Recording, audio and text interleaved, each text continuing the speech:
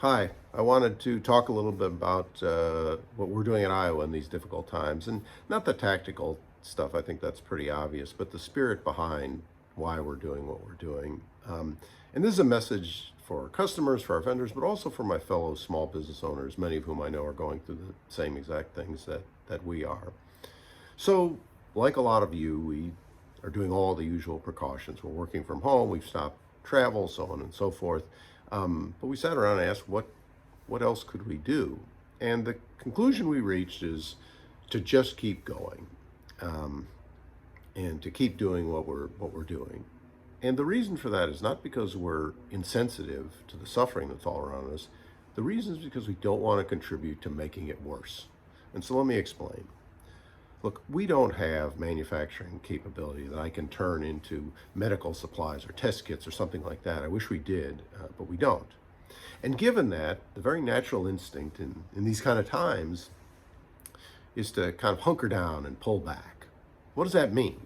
Well, in practice, it means cutting off new product development and promotion and cutting costs. Well, that's a nice way of saying that you're going to stop orders and you're going to lay off or furlough contractors or workers, which of course is just contributing to the misery that's all around us. But that's a very natural instinct. For individuals in these times of uncertainty, we've seen all the hoarding that happens. They run the shelves dry. For businesses, that's cash, because in times of uncertainty, you want to keep cash. But the way to do that ends up being very, very destructive.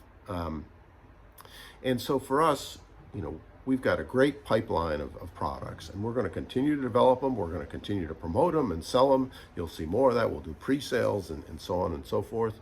And of course, we're focusing on the ones that are going to make your time at home more pleasant, or at least tolerable.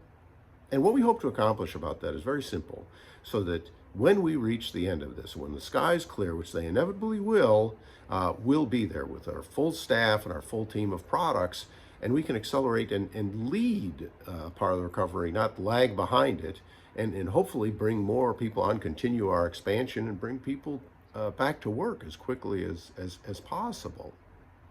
Um, I feel like in times like this, so many of us feel like we're faced between the choice of irresponsibility and cowering in fear. And we're choosing a third path, if you will. We're doing all the responsible things, but we're going to continue to move forward. And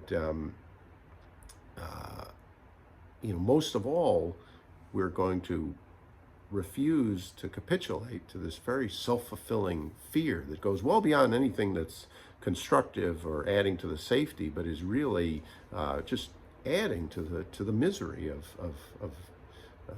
the situation that we've got. And so, that's my message to my fellow small business owners. You know, if you are making products, keep your customers, keep your employees, keep everyone safe.